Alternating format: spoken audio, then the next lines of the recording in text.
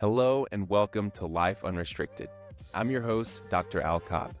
I'm a board-certified chiropractor and concussion rehab enthusiast in Lubbock, Texas. This podcast is devoted to helping you explore life and health in all of its many facets so that you can live a life that's truly unrestricted. Everybody, welcome back to another episode of Life Unrestricted. This is part 3 of our concussion series. Again, go back and listen to our previous episodes with Melissa Biscardi and Brooke Schisler, both really enlightening about concussion, the health journey, the healing journey. And today's guest is no exception to that as well. This is Dr. Jonathan Chung. He is a chiropractor and functional neurologist in Florida and sees cases like this all the time. So Dr. Chung, thank you for coming on and sharing your insights with us. Yeah, absolutely.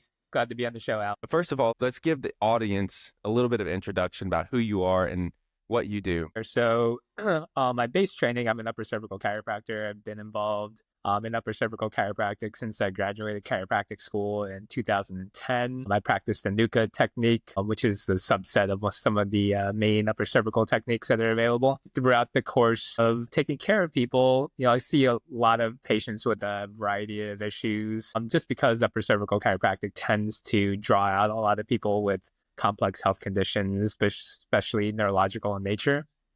And I kind of stumbled into the traumatic brain injury space when I opened my practice in 2013. And I started to see a lot of patients in the equestrian community, which people that ride horses, inevitably they're going to have a fall at some point. And a lot of these patients that do have falls, obviously some of the ramifications of that can be concussion or other form of traumatic brain injury. So I got into this space because I started to see a couple of patients that had chronic post-concussion symptoms for a while, and they had been doing physical therapy, they had been seeing a neurologist, and they just couldn't shake some of the post-concussion symptoms. Somehow or other, they found their way towards me. And when I was just practicing upper cervical, we were able to help a lot of these patients get better in a relatively short amount of time, which kind of opened the doors for a lot of the equestrian community to come in after some of these head injuries. And from there, I kind of started to explore functional neurology because I wasn't really satisfied with what my base level understanding is of traumatic brain injury. Like, I was really happy that we're getting really good results, but there's always going to be more challenging patient presentations. And without some deeper knowledge of what's actually happening in that space and what the best protocols and the best standards of care for taking care of these types of patients, leaves you a lot to, at least there's a lot out there that we were probably leaving on the table because we weren't providing our patients with good enough answers on what they should do when they hit a plateau in care, or for whatever reason, the upper cervical adjustment just wasn't getting them over the hump of starting to feel better and starting to live life better. And so I started to get training from the Carrick Institute because Dr. Carrick had become pretty famous for some of his work in the TBI space, especially after working with Sidney Crosby of the Pittsburgh Penguins. And I started to go through some of the TBI coursework, the dystocia rehabilitation coursework. And since then, I became boarded as a chiropractic neurologist. And I also teach for the Carrick Institute, teaching about different aspects of neurology with a particular fondness for teaching about concussion. Yeah. And you're also teaching the concussion course for the diplomate in craniocervical junction procedures, which is going to be this weekend at the time of this recording. And I'm going to get to sit in on that with a couple of buddies, Dr. Cameron Bearder and John Stenberg. And I'm excited to hear that, mainly because of your approach being so unique and particular. There are other people that practice in similar ways, and I like to glean some insights off of that as well. If you are interested in Dr. Chung's journey into a combination of upper cervical chiropractic and functional neurology, I invite you to go listen to a podcast that was released recently on the Atlas of Chiropractic, where he shares his own story as well.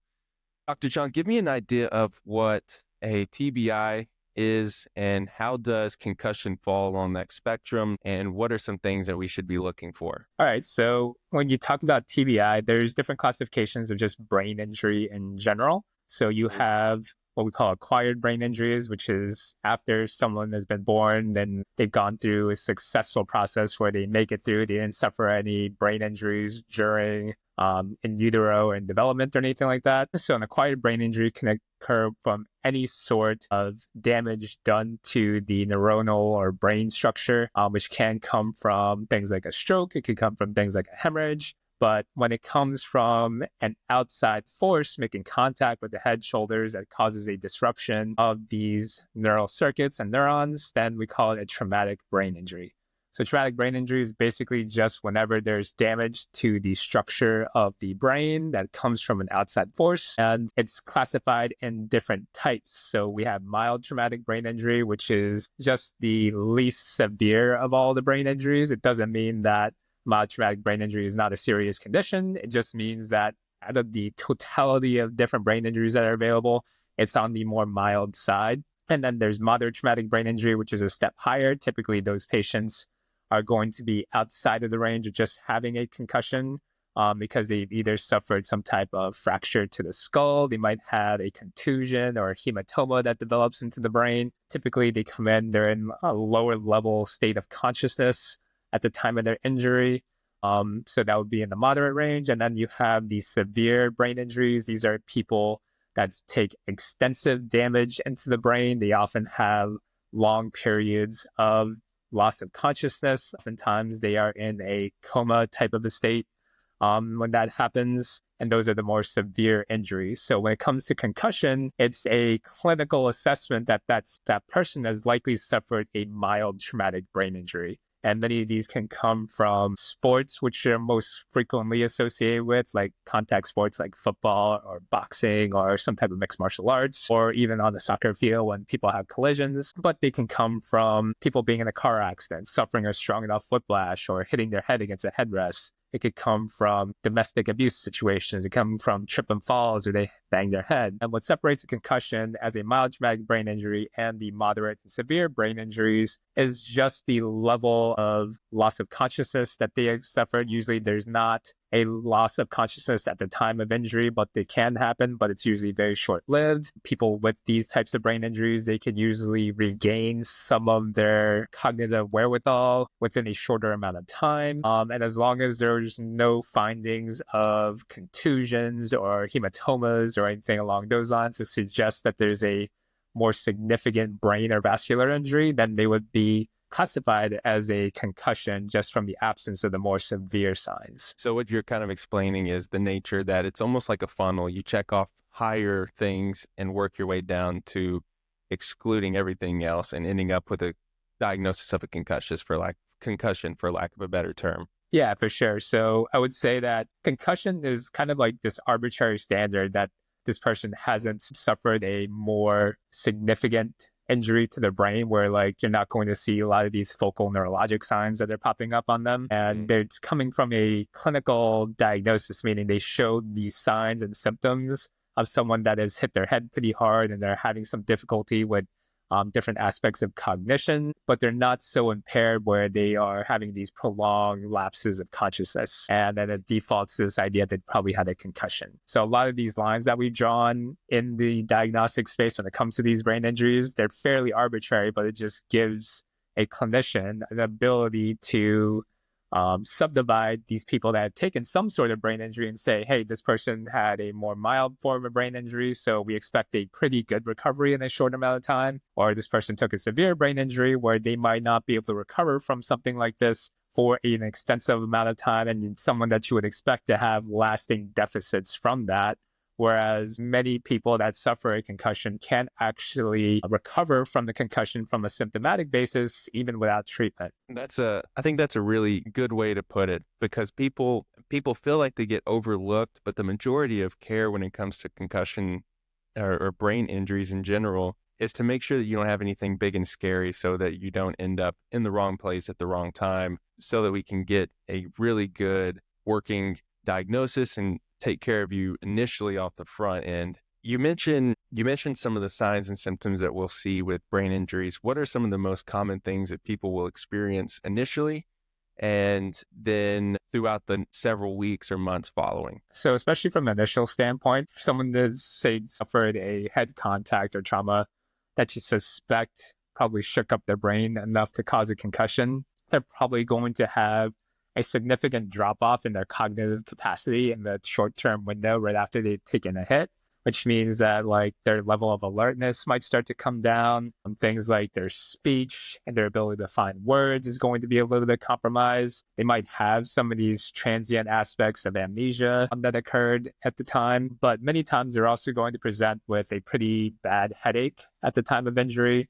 They're going to feel unsteady and off balance, things along those lines. And those are kind of like the hallmark signs that the person has suffered a concussion. And these are some of the things that are tested when people do some of these baseline or sideline tests like impact or the SCAT-6 or things along those lines. So they're looking and assessing, what's their current cognitive function. And if someone has a baseline, you can compare pretty rapidly to that. So, and this also can just be done like when you know someone pretty well and you can see that they're clearly not thinking at the same level that they're used to thinking, then there's probably a likelihood that they probably suffered some type of brain injury as a result of that. That leads you to think that it's probably a concussion. One of the biggest misconceptions is that you have to have a loss of consciousness to have a concussion, which is really untrue. Many patients with concussion can have a loss of consciousness. Out of the totality of concussion patients, they're probably in the minority, where many patients that suffer concussion, they actually never lose themselves from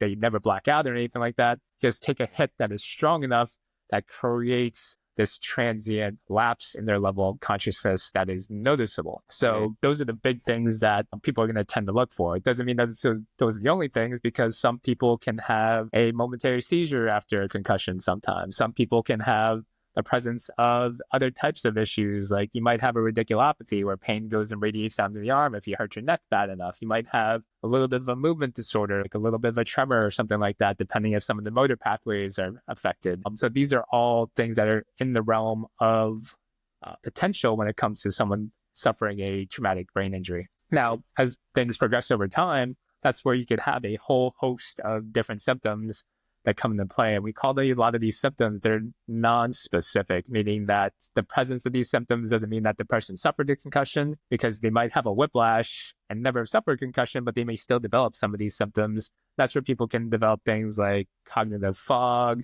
Some people may have a durable lapse in cognition that has occurred from it. People can experience things like vertigo. People can experience visual problems. Like a lot of people will have extraordinary sensitivity to light and sound afterwards. Exertional fatigue. So when people exert themselves a little bit more than they're used to, then they can have a profound level of fatigue afterwards. So exercise intolerance is a big hallmark that actually is one of the tests that we could use to decide what type of concussion they might have had, is by putting people through these exertion tests. So there's a whole host of symptoms that can occur from that, but those are a lot of the big ones that we tend to see. But they also have to take into account the fact that concussion can affect your sleep. So people after a concussion frequently have sleeping problems. People after concussion can suffer aspects of psychological problems, including anxiety and depression. And people can even develop things like autonomic disorders afterwards, where they have a lot of difficulty like getting up too quickly, where they feel pretty faint and lightheaded, and a lot of the consequences that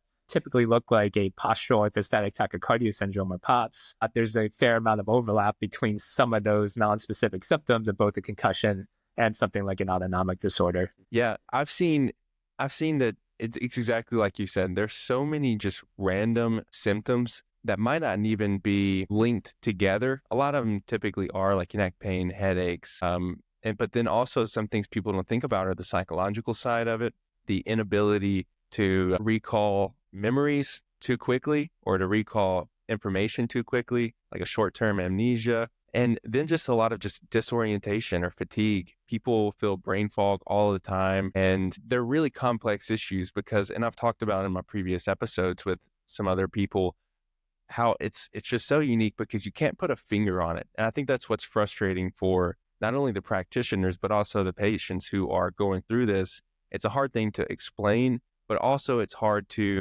treat a little bit more because of the nature of it being more of a functional issue as opposed to something that you can just prescribe something for or do a couple of exercises for. Yeah, that's totally true. And it's kind of the case with a lot of these different conditions that have these non-specific symptoms, because ultimately a lot of these non-specific symptoms is just a sign of a body that just doesn't feel well, which is kind of the core of a lot of this is like, I just don't feel good. And when people don't feel good, but there's no localizable lesion that's associated with it, it becomes a very challenging thing for both the patient and the doctor, because the doctor can't run a blood test and say, oh, you don't feel well because you're having these inflammatory markers that are elevated, or you don't feel well because there's a spot on your MRI that we could say, hey, this is definitely associated with your symptoms. And that's just not the case. And I would make the case that many of these non-specific symptoms are probably a relationship to the autonomic nervous system just not performing well.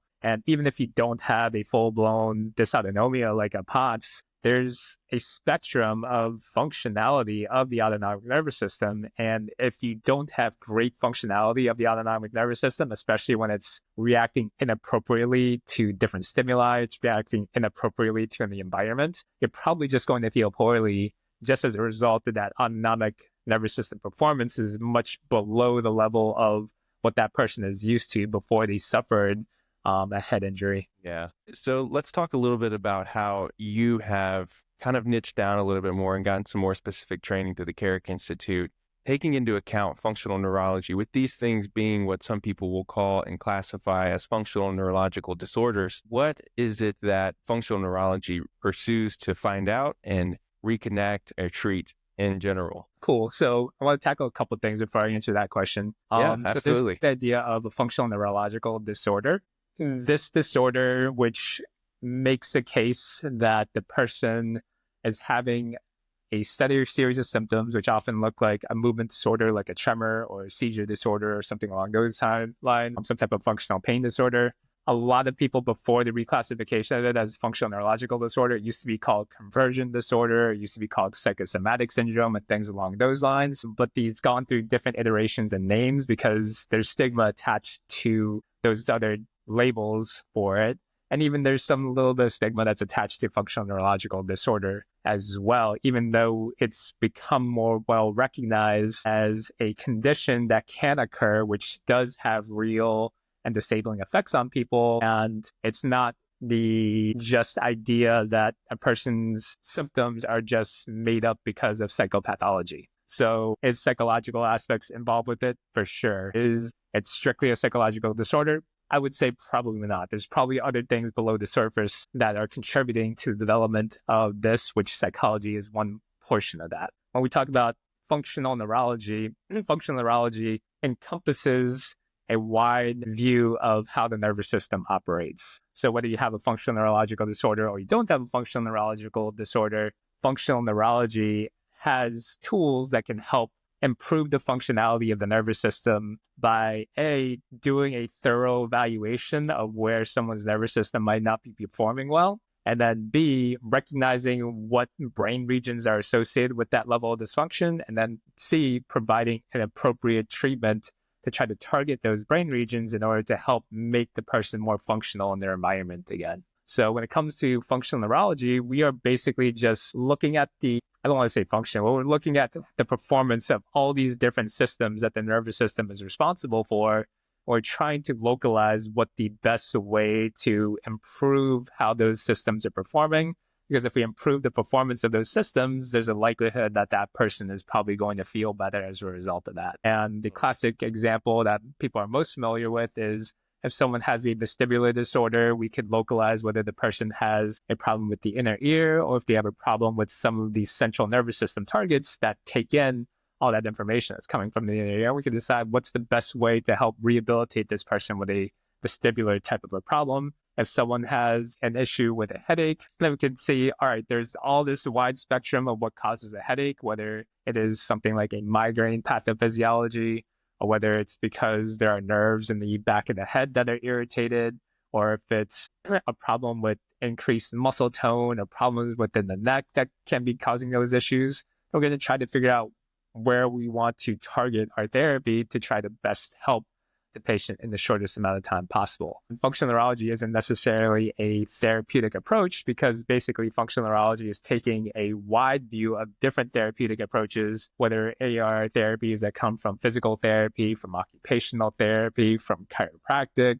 non-invasive neuromodulation. These are all tools that we use to apply in a way that we're hoping that it's going to target the nervous system in a way that's going to be helpful for the patient. Based off of specific findings during a really thorough neurological exam on the front end and Correct. throughout the care process, which is I think something that, and I've talked with people who have gone to neurologists who have had concussions and they've waited months and months and months to get in with the neurologist, and they spend 5 minutes, really don't do a thorough exam, and then they're like, well, what do I do now? Well, there's nothing wrong. There's medications you can take, but sometimes I think it gets overlooked to do a really thorough exam, really take care of the person that's in front of you. So I think that's great that that's part of the process when it comes to taking care of these people. Yeah, for sure. And it's just like, I don't think it's intentionally structured that way to be bad. Absolutely. But I think when you consider healthcare delivery, it's not designed in such a way where it rewards people for spending a lot of time with their patient and really digging deep into someone's history and their exam findings. It's really designed in a way to be maximally efficient, which is why a lot of healthcare systems, like many people are practicing just based on an algorithm where the algorithm says, if you have this, this, and this symptom, then you have to rule out these two things, and then you order these specific tests. And if they hit any of those marks, then you have a treatment algorithm to affect that,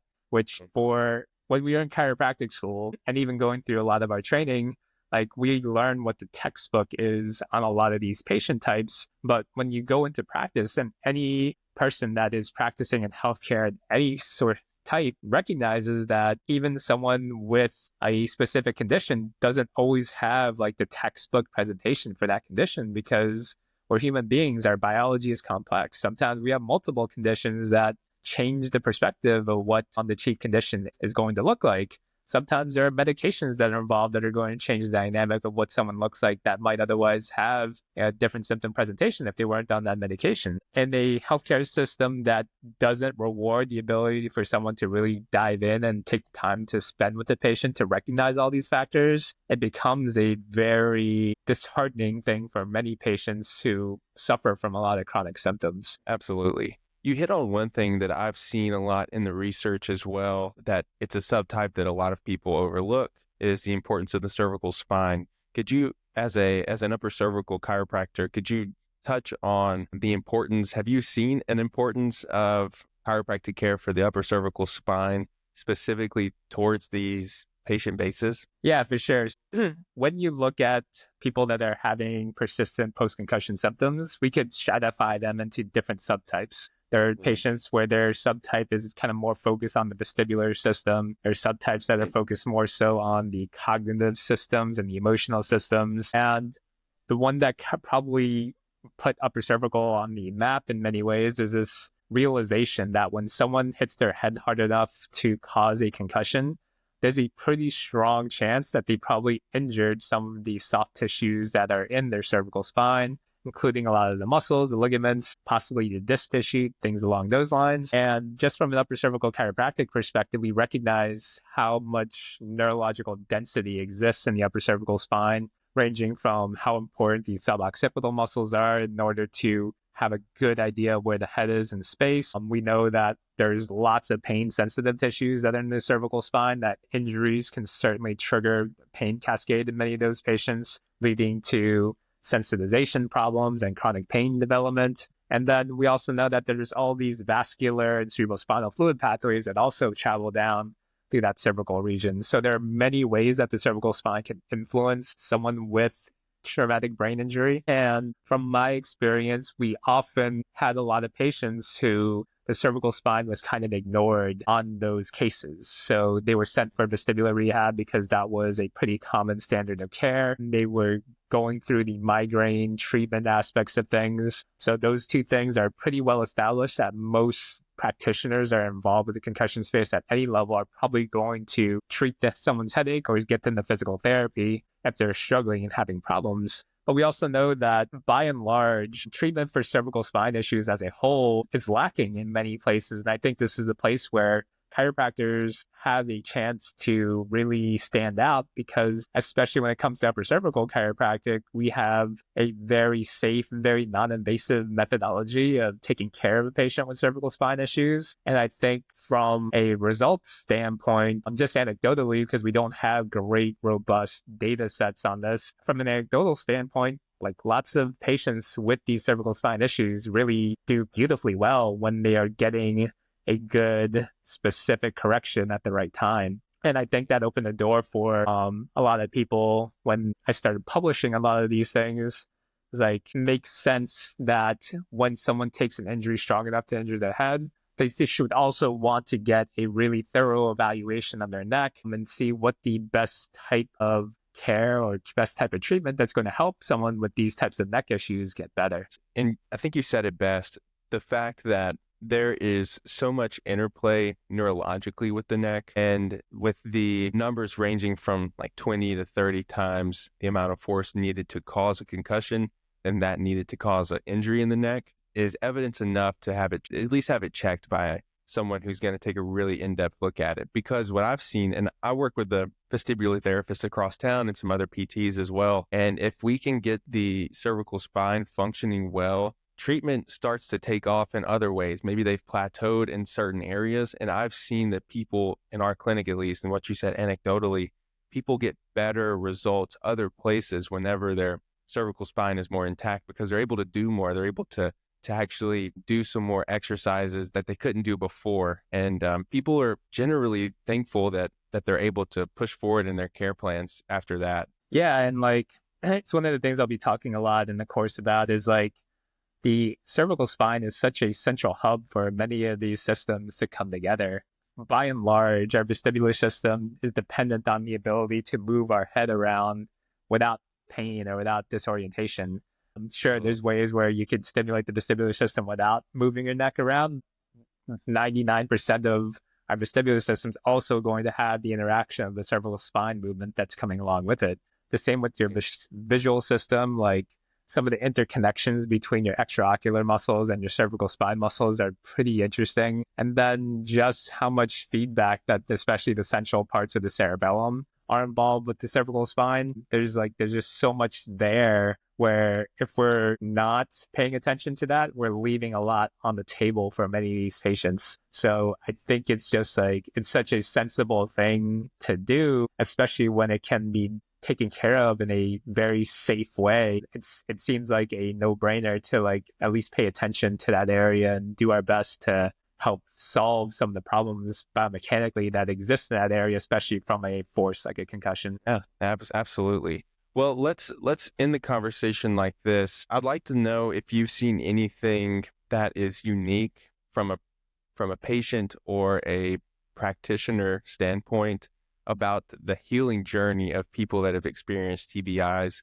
or concussions or any type of brain injury. Is there anything unique along that healing journey that you've noticed and would like to encourage the audience with, whether they're a patient or a practitioner listening? So you have gotten to know me a little bit over the past few years, and you know that one of my biggest things that I'm working on is this idea that we have to teach our patients to be resilient and to even go beyond resilient, to have this mindset of being anti-fragile, because we've come 180. There was a point in the 1960s, 70s, 80s, even the early 90s, where people treated concussions as basically nothing burgers. Like, it was very common where someone clearly suffered a concussion in the 80s playing football, they got knocked out and they were carried off the field. And it would be very common in those days that you would see that person back on the field in a very short amount of time.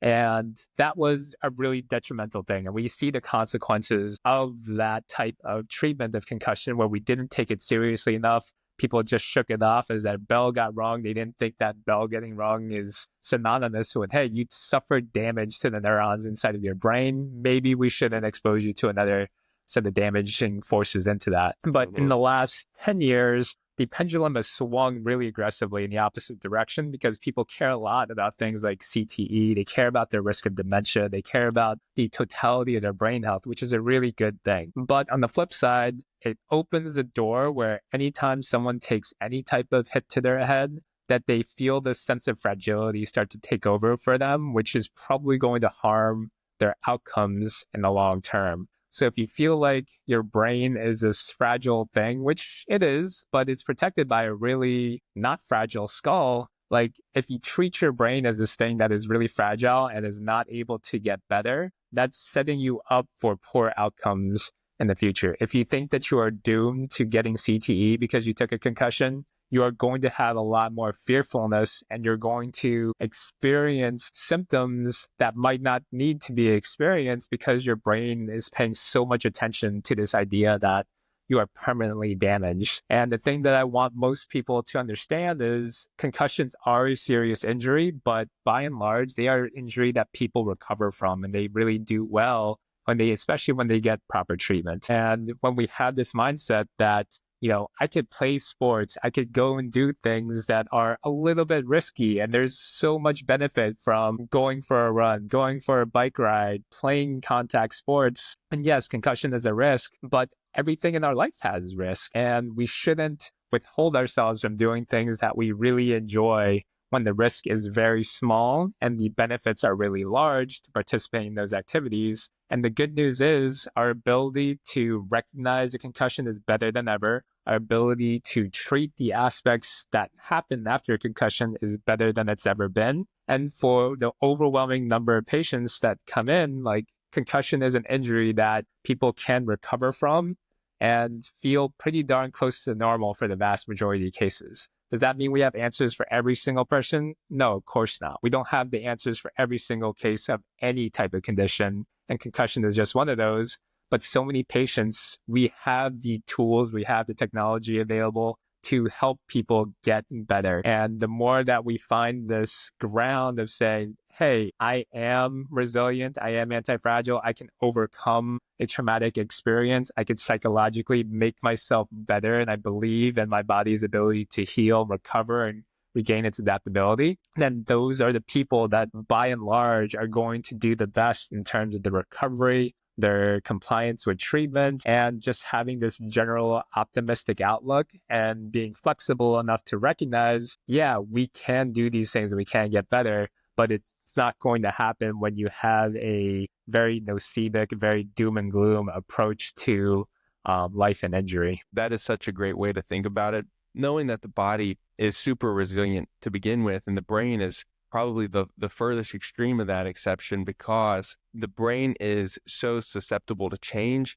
And when we give it the information that it needs and we have a mindset that we're not scared to push forward through treatment, cautiously, of course, and with a practitioner in most cases, but if we can have the mindset that we're not fragile and that we can heal through this journey, then we're setting ourselves up for a better outcome at the end. You said it so well. Thank you so much for that. Anything else you want to add before we end this thing? No, I think that's about covers it from my end. Awesome. How can people get a hold of your information, find you on social media? I'm most active on Instagram. You can find me at Dr. Chung. You can also find my practice, Keystone Neuroplasticity. It's at Keystone Neuro, so I'm probably most active there. And if you ever want to check out my practice, it's Keystone Chiropractic and Neuroplasticity in Wellington. I think the URL is chiropractorwellington.com. Dr. Chung, thank you so much. And thank you so much for the contributions, not only today, but throughout your entire career. And thank you for doing what you're doing and taking care of people the way you are. Thanks, Al.